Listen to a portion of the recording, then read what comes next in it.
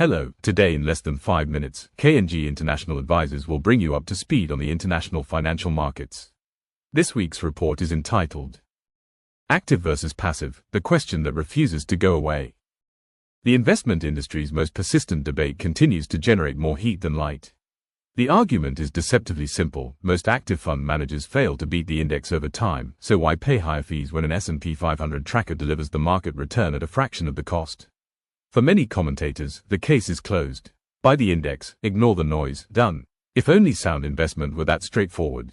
The index tracking argument carries genuine weight on the surface. According to Morningstar's semi-annual active-passive barometer, just 38% of active funds beat the passive peers in 2025 after fees, down from 42% the year before. The 10-year record is still more sobering: only 21% of active funds outperformed over that period. These are not numbers to dismiss lightly, and they form the backbone of the passive orthodoxy that has swept through retail financial advice in recent years.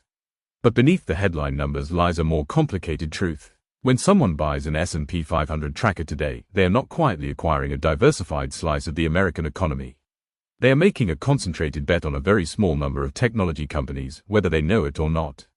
In 2025, roughly 42% of the S&P 500's total return came from the Magnificent Seven, and heading into 2026, those 7 stocks still account for around a third of the index's total market capitalization.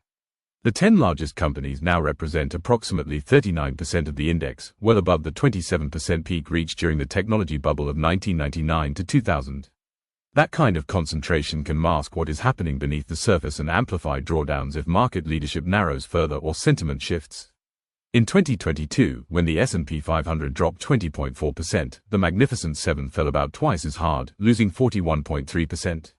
A passive investor who never looked beyond their tracker would have felt that acutely. More recently, in November 2025, weakness among mega-cap technology names dragged the broader index lower even while many smaller and mid-cap firms showed relative stability, with the Nasdaq falling 2.3% and the S&P 500 dropping 1.7% in a single session. The illusion of diversification dissolved almost immediately. This is the fundamental flaw in the "just buy the index" argument.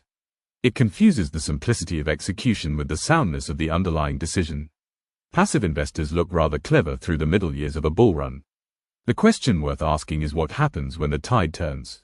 The case for active management is not that skilled managers beat the index every year, because they plainly do not.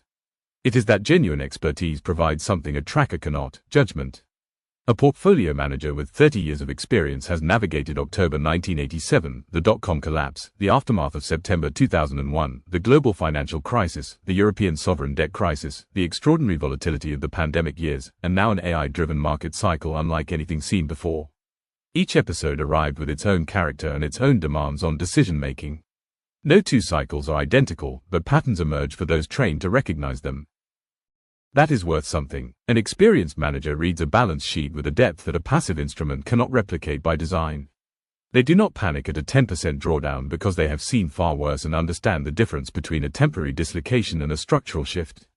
They form views on valuation, competitive positioning, management quality, and the sustainability of earnings growth.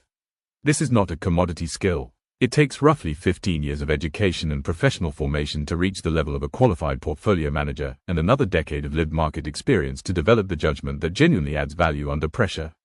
Passive investing has a legitimate role, particularly for cost-sensitive investors seeking broad market exposure over the very long term.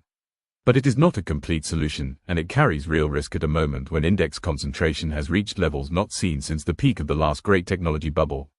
The debate between active and passive management is ultimately a question about what you are trying to achieve, and whether the instrument you are using will hold up when conditions become genuinely difficult.